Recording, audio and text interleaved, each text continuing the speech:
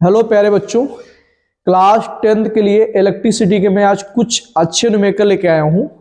I hope आप सभी की बोर्ड की तैयारी अच्छी चल रही होगी और अच्छी करने के लिए मैं कुछ न्यूमेरिकल लेके आया हूँ। या ध्यान से देखिएगा। पहला न्यूमेरिकल आपके स्क्रीन पर जो है ध्यान से देखिएगा। क्या बोला गया बच्चों? Which has higher resistance a 50 watt lamp bulb और a 25 वाट लैंप बल्ब। आपको यहां पर दो लैंप बल्ब दे रखे हैं प्यारे बच्चों। आपको यहां पर दो लैंप बल्ब दे रखे हैं, जिसमें पहले लैंप बल्ब है उसका पावर जो आपको दे रखा है प्यारे बच्चों वो दे रखा है 50 वाट, और दूसरा लैंप बल्ब जो दे रखा है प्यारे बच्चों उसका पावर दे रखा है 25 वाट।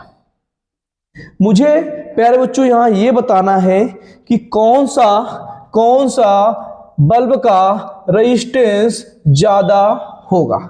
प्यारे बच्चों यहां किसी भी और फिजिकल क्वांटिटी की बात नहीं हुई है, ओनली पावर की बात हुई है। तो मुझे प्यारे बच्चों इलेक्ट्रिक पावर के कुछ फॉर्मूले याद हैं। कौन कौन से? पहला बेटा क्या होता है? P = VI। दूसरा बेटा क्या होता है? P = I²R।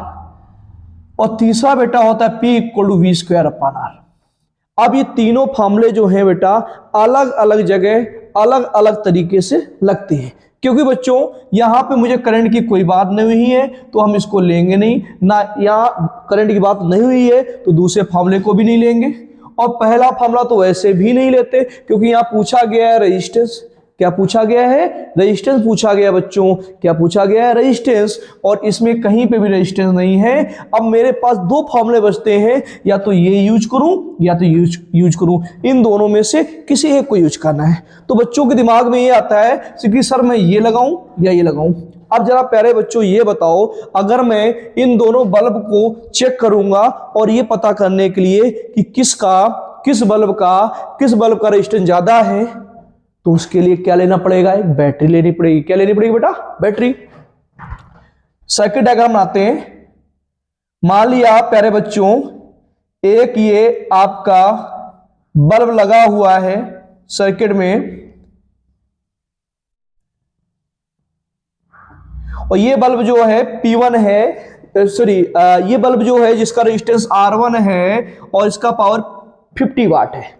दूसरा बल्ब प्यारे बच्चों ये आपका है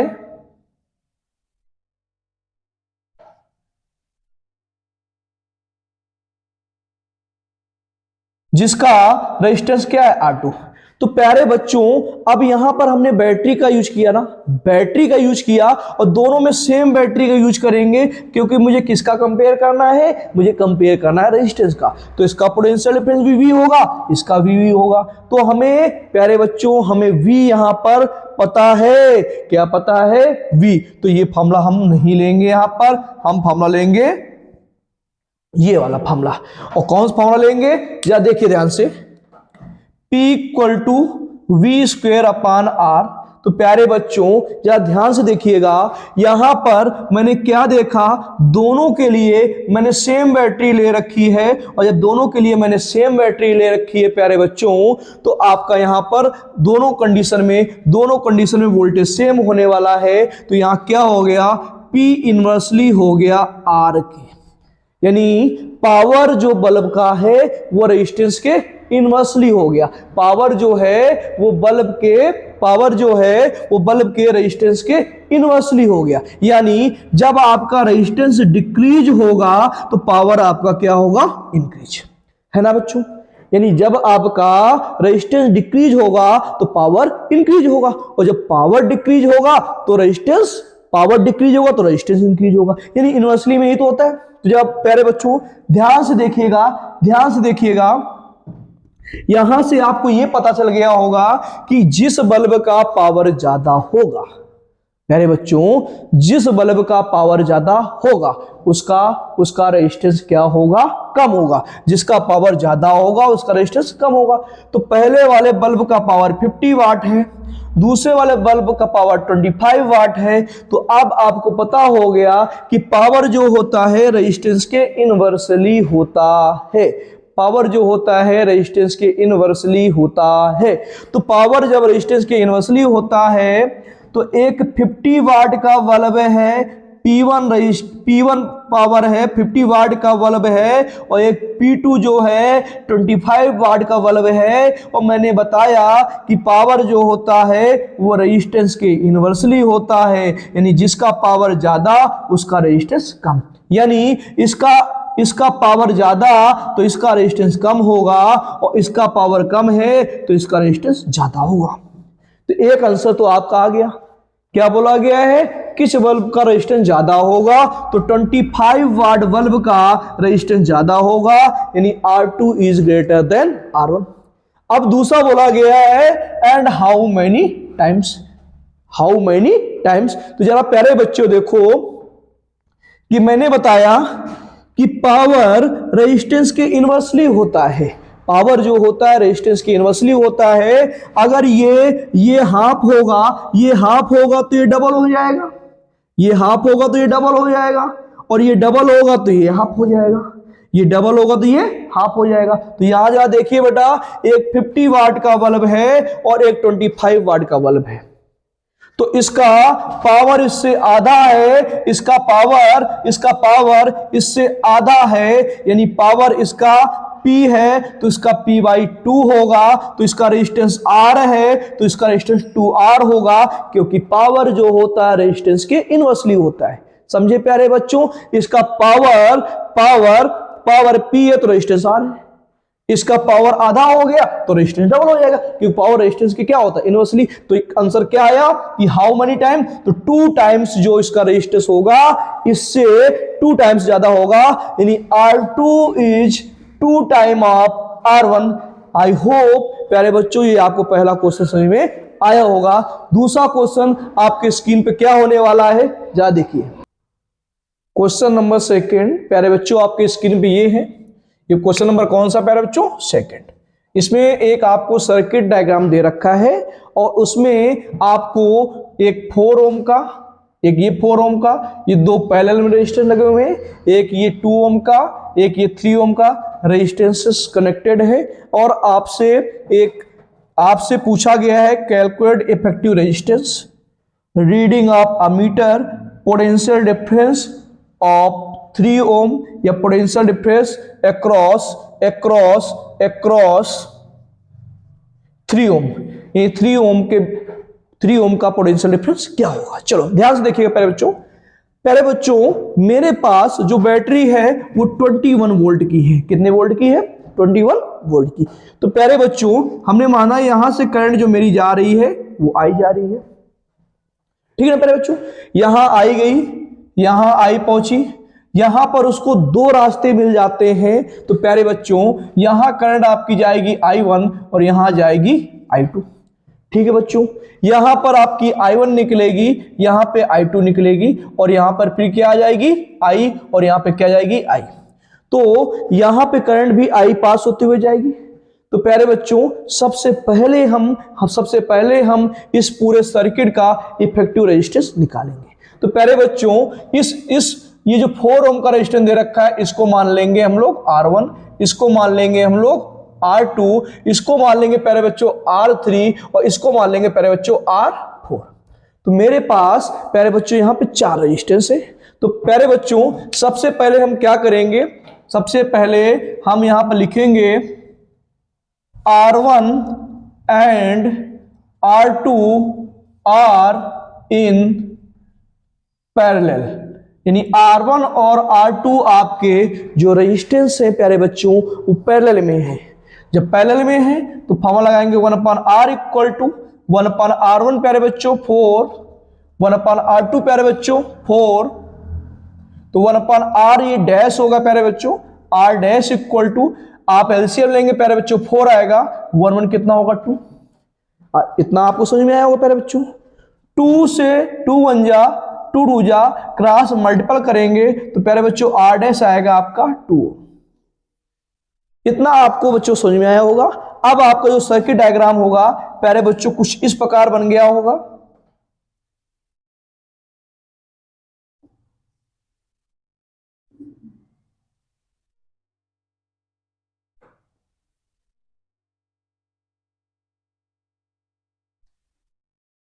देखिए प्यारे बच्चों, ये दोनों सॉल्व होकर आपका यहां पर आ गया है आर डैश, और आर डैश कितना हो गया प्यारे बच्चों 2 ओम। ये प्यारे बच्चों आपको दे रखा था R3, तो R3 कितना है प्यारे बच्चों 2 ओम, और ये प्यारे बच्चों R4 ये कितना है प्यारे बच्चों 3 ओम। तो आपकी अब ये जो रेजिस्टेंस रिमेनिंग रेजिस्टेंस जो बचे हुए हैं, अब ये क्या किस में हो गए प्यारे बच्चों सीरीज में हो गए। किस में हो गए सीरीज में। तो आप इधर देखेंगे क्या ये स्क्रीन पे आ रहा है, इधर दिख रहा है स्क्रीन पे। तो क्या होगा प्यारे बच्चों, यहां पर लिखोगे R dash comma R3 and R4 are in series, R dash R3 and R4 are in series. ठीक है, जब ये सीरीज में है तो प्यारे बच्चों क्या आएगा, R इक्वल क्या आएगा प्यारे बच्चों R dash plus R3 plus R4। मेरा सीरीज के लिए प्यारे बच्चों ये फॉर्मूला होता है। तो R इक्वल क्या आएगा प्यारे बच्चों, R डैश जो मेरे होने वाला है यहाँ पे प्यारे बच्चों 2 ओम, R3 जो होने वाला प्यारे बच्चों 2 ओम, एंड R4 जो होने वाला है वो प्यारे बच्चों 3 ओम। तो R मेरा कितना आएगा 2 2 4 3 7, यानी आपका इफेक्टिव रेजिस्टेंस जो होगा प्यारे बच्चों वो 7 ओम होने वाला है। तो पहला आंसर आपका प्यारे बच्चों आ गया है। और दूसरा आंसर पूछा गया है रीडिंग ऑफ मीटर। तो हमें पूरे सर्किट में फ्लो होने वाली करंट की बात बतानी है। तो प्यारे बच्चों सेकंड आंसर आप लोगों ने ओम्स लॉ में पढ़ा होगा, I equal to V upon R। तो प्यारे बच्चों V आपका जो यहाँ गिवन है, V आपको जो गिवन है 21 वोल्ट है। तो 21 वोल्ट अपान 7, रेजिस्टेंस आपका आया है 7। तो 7 3 जा यानी करंट आपकी आएगी 3 एम्पियर। आपका दूसरा आंसर आपके स्क्रीन पर आ चुका है। एंड लास्ट आंसर आपका जो है प्यारे बच्चों, या देखिए ध्यान से, लास्ट आंसर आप यहां पे देखेंगे, आंसर नंबर आपका होगा 3rd। तो प्यारे बच्चों या ध्यान से देखिएगा, ये देखिएगा कि करंट यहां आई गई बच्चों, तो यहां भी आई जा रही होगी, यहां भी आई जाएगी, यहां भी आई जाएगी, यहां भी आई जाएगी। यानी इस 3 ओम रेजिस्टेंस में भी जो करंट होने वाली है प्यारे बच्चों, वो भी आपकी 3 एम्पियर होने वाली है। तो आपका 3 ओम के लिए, 3 ओम रेजिस्टेंस के लिए पोटेंशियल डिफरेंस का formula V equal to I R4 होगा, क्योंकि ये मेरा रेजिस्टेंस नंबर 4 है। तो प्यारे बच्चों V इक्वल टू V4 होगा। I मेरे प्यारे बच्चों जो मेरी I करंट है वो 3 एम्पियर आई हुई है 3, और रेजिस्टेंस कितना है प्यारे बच्चों, रेजिस्टेंस मेरा कितना है 3 ओम है। तो V4 कितना आएगा 9 volt is the right answer. और आपका ये क्वेश्चन हो चुका है। अब हम लोग चलते हैं नेक्स्ट क्वेश्चन की ओर। जरा बच्चों इस क्वेश्चन का स्क्रीनशॉट ले लीजिएगा, इससे अच्छा क्वेश्चन आने वाला है। प्यारे बच्चों न्यूमेरिकल नंबर 3 जो आपके स्क्रीन पे होने वाला है, जरा देखिएगा। बोला गया है the resistance of a wire is 2 ohm. एक वायर है जिसका रेजिस्टेंस 2 ओम है। If its length is test 2 times then find new resistance. अगर उस वायर की लेंथ 2 टाइम स्टेच कर दी जाए, खींच दी जाए, तो नया रेजिस्टेंस क्या होगा। ध्यान से समझिएगा प्यारे बच्चों, ऐसे न्यूमेरिकल को हम कैसे करते हैं, या ध्यान देखिएगा। हमने मान लिया एक ये वायर है, एक AB वायर है जिसकी लेंथ L होने वाली है, जिसकी लेंथ कितनी होने वाली है प्यारे बच्चों L, और इसका एरिया क्रॉस सेक्शन जो होने वाला है, इसका एरिया क्रॉस सेक्शन जो होने वाला क्या है बेटा A। और इस वायर की रेजिस्टिविटी यानी जो इसका मटेरियल है वो मटेरियल क्या रहने वाला है, किसी भी मटेरियल का हो सकता है, और उसकी रेजिस्टिविटी क्या मान लेंगे R। तो फॉर्मूला क्या होता है प्यारे बच्चों, R equal to rho L upon A। तो अभी जो इस वायर का रेजिस्टेंस दे रखा है वो कितना दे रखा है 2 ओम। तो यहां प्यारे बच्चों क्या हो जाएगा 2 ओम रो L अपान A। इक्वेशन हो गई प्यारे बच्चों फर्स्ट। अब बोला गया है न्यू कंडीशन जो आई है प्यारे बच्चों, न्यू कंडीशन जो मेरे सामने आई है वो क्या आई है, अगर उस वायर की लेंथ 2 टाइम कर दी जाए, उस वायर की लेंथ 2 टाइम कर दी जाए तो मैं क्या करता हूं, इस वायर को स्ट्रेच करता हूं, खींचता हूं, और इसकी लेंथ जब इसको मैं खींचूंगा, वायर को मैं खींचूंगा तो उसका एरिया कम होगा, लेंथ ज्यादा होगी, तो लेंथ हो गई 2L। अगर लेंथ उसकी डबल कर रहे हैं प्यारे बच्चों तो एरिया उसका आधा हो जाएगा, क्योंकि वैल्यूम मुझे क्या रखना है, सेम। वायर तो वही है ना बच्चों, वायर तो चेंज हुआ नहीं है। देख रहा, ध्यान से देख लो, वैल्यूम क्या रखना है, same, V equal to V dash. पहले वैल्यूम क्या था, एरिया इंटू लेंथ, यानी A इंटू L। अब लेंथ 2L हो गई है तो एरिया आधा होगा, तभी तो प्यारे बच्चों मेरा वैल्यूम सेम होगा। इतनी बात समझ में आई प्यारे बच्चों। आगे बात करते हैं तो प्यारे बच्चों, न्यू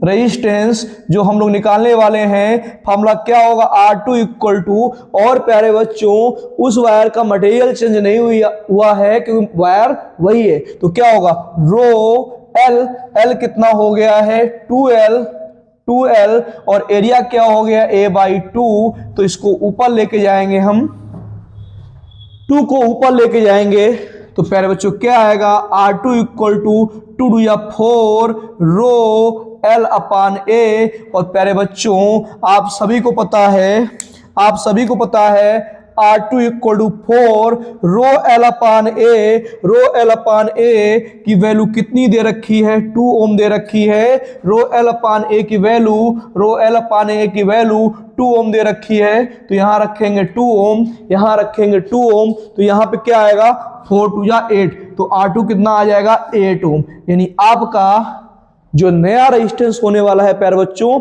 वो होने वाला है 8 ओम। क्या होने वाला है, 8 ओम। इस टाइप के न्यूमेरिकल आपको अगर MCQ में मिल जाए तो उसको सॉल्व करने के लिए एक मेरे पास निंजा टेक्निक है। वो क्या यूज करोगे, जरा ध्यान सुनिए प्यारे बच्चों, यहां देखिए ध्यान से। उसके लिए स्ट्रेच कर रहे हूं, क्या कर रहा हूं, स्ट्रेच कर रहे हूं, खींच रहे हूं, तो पूछा जाए प्यारे बच्चों, खींचा जाए, लेंथ खींची जाए, किसको खींचा जाए, लेंथ को खींचा जाए, और पूछा जाए नया रेजिस्टेंस बताओ, यानी उसकी लेंथ बढ़ रही हो, क्या बढ़ रही हो, लेंथ बढ़ रही हो, तो फॉर्मूला लगाएंगे R2 equal to N square R1। और कैसे सॉल्व करेंगे, ध्यान सुनना, R2 निकालना है, कितने टाइम खींच रहे हैं प्यारे बच्चों, 2 टाइम, कितने टाइम, 2 टाइम, तो N2 होने वाला है 2 के स्क्वायर, और R1 पहले जो रेजिस्टेंस दे रखा था कितना है प्यारे बच्चों, 2 के स्क्वायर 4 2 या 8 ओम आपका आंसर आ गया। ये बेटा जब लगाएंगे जब हमको MCQ क्वेश्चन दे रखा होगा, बाकी सोल्यूशन कैसे करेंगे वो हम ऐसे करेंगे। आई होप आप सभी को समझ में आया होगा। नेक्स्ट न्यूमेरिकल की ओर चलते हैं प्यारे बच्चों, आपके सामने नेक्स्ट न्यूमेरिकल होने वाला है, if resistance of a conductor becomes 4 times what happens to current. अगर किसी भी कंडक्टर का रेजिस्टेंस 4 टाइम्स हो जाए तो उस कंडक्टर में फ्लो होने वाली करंट पर क्या असर पड़ेगा, यानी व्हाट हैपेंस, यानी क्या हैपेंस होगा, वो जो करंट उसमें फ्लो हो रही होगी। तो प्यारे बच्चों हमें सबको पता है V इक्वल टू होता है IR। V इक्वल टू क्या होता है, IR। प्यारे बच्चों तो यहां से मुझे क्लियर हो गया, मुझे क्या क्लियर हो गया कि I जो होती है इनवर्सली होती है रेजिस्टेंस के, I जो होती है इनवर्सली होती है रेजिस्टेंस के। अगर ये 4 टाइम हो जाता है, अगर ये 4 टाइम हो जाता है तो करंट जितने टाइम ये इंक्रीज होगा उतने टाइम ये करंट डिक्रीज होगी। देखो प्यारे बच्चों, अगर ये इंक्रीज होता है, ये डिक्रीज होता है, तो ये इंक्रीज होगा, इनवर्सली मतलब तो यही होता है, ये ज्यादा तो ये कम। तो यहां से आपका फॉर्मूला बन जाएगा, और क्या बनेगा, I1/I2 इक्वल टू R2/R1। प्यारे बच्चों मैंने माना कि पहले करंट जो मेरी I1 थी वो I थी और रेजिस्टेंस R1 क्या था, R था। अब नई करंट मुझे I2 निकालनी है, लेकिन नया रेजिस्टेंस जो हो गया है पहले से 4 टाइम हो गया है, यानी पहले से नया रेजिस्टेंस जो है 4 टाइम हो गया है। तो जरा सॉल्व करिए। I1 मेरा पहले I था, I2 मुझे निकालना है, नया रेजिस्टेंस जो है वो 4 टाइम हो गया है, पहले रेजिस्टेंस R था, R से R कैंसिल हो गया। तो प्यारे बच्चों मुझे निकालना है I2 उधर ले जाएंगे तो I इक्वल टू आएगा 4I2। तो प्यारे बच्चों इधर लेके आओगे तो I/4 इक्वल टू क्या आएगा बेटा, I2। तो न्यू करंट जो होगी, new electric current becomes 1/4 of the original current, यानी जो पहले करंट फ्लो हो रही थी उसकी 1/4 हो जाएगी। प्यारे बच्चों आप सभी जानते हो कि अगर हम रेजिस्टेंस बढ़ाएंगे तो सर्किट में करंट क्या होगी, डिक्रीज होगी। आई होप ये न्यूमेरिकल सभी में आया होगा। आगे चलते हैं नेक्स्ट न्यूमेरिकल की ओर। जरा ध्यान से देखिएगा नेक्स्ट न्यूमेरिकल जो मेरा होगा। नेक्स्ट न्यूमेरिकल जो प्यारे बच्चों है जरा ध्यान से देखिएगा। An electric iron of 1100 watt works on 220 volt for 2 hours daily. एक इलेक्ट्रिक आयरन है जिसका पावर दे रखा है प्यारे बच्चों 1100 वाट, जो कि 220 वोल्ट लाइन से जोड़ा गया है। डेली 2 आवर यूज होता है।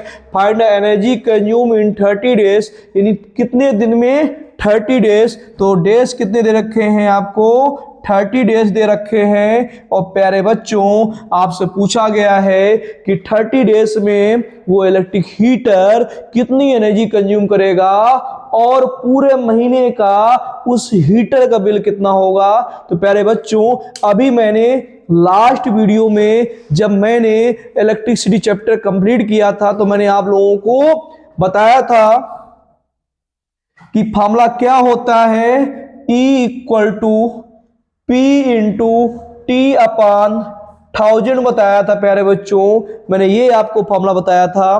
तो एनर्जी E इक्वल टू प्यारे बच्चों P कितना दे रखा है, P दे रखा है 1100 दे रखा है, और टाइम जो प्यारे बच्चों है वो आपको 2 आवर दे रखा है, अपॉन प्यारे बच्चों 1000 दे रखा है। अगर आप एक ही फॉर्मूले से पूरा आंसर निकालना चाहते हैं तो यहां मल्टीप्लाई कर लेंगे n इंटू डी, वेयर प्यारे बच्चों P क्या है, पावर है, T क्या है, टाइम है, और N क्या है, नंबर ऑफ अप्लियंस, कितने अप्लियंस लगे हुए हैं। यानी कि यहां पर जो आपका इलेक्ट्रिक आयरन लगा हुआ है ये कितने लगे हुए हैं, N यानी 1 लगा हुआ है, और D क्या है, नंबर ऑफ डेज। तो ध्यान से देखिएगा प्यारे बच्चों, आपका P हो गया 1100 वाट, T हो गया 2 आवर, एक इलेक्ट्रिक हीटर है तो 1 होगा, और नंबर ऑफ डेज यानी 1 मंथ यानी 30 होगा।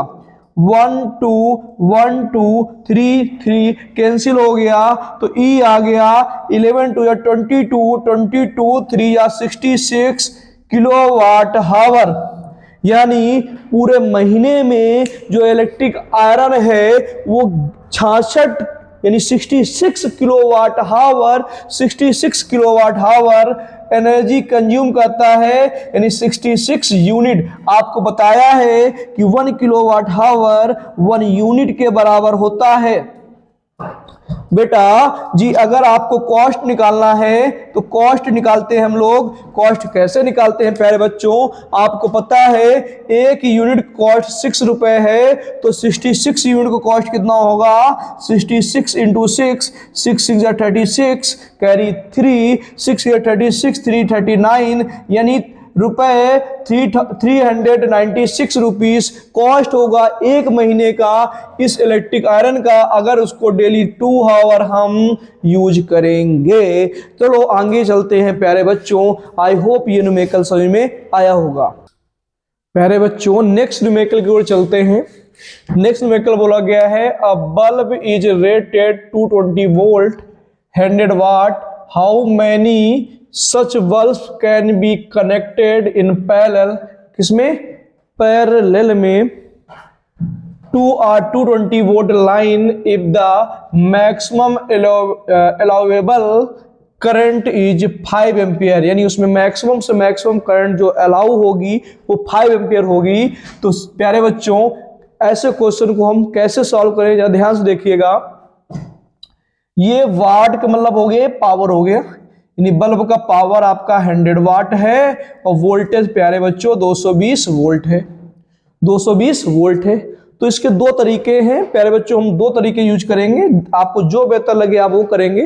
पहले एक बल्ब कितनी करंट कंज्यूम कर रहा है वो निकालेंगे।